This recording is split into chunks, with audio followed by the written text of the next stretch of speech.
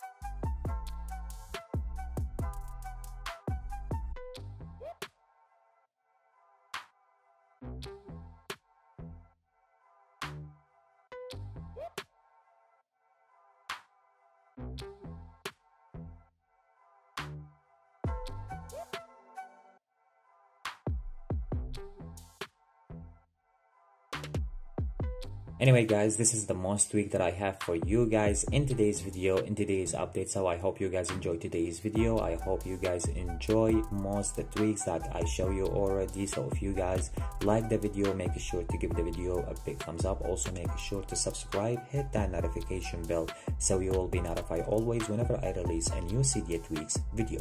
Catch you with the next one. Peace out.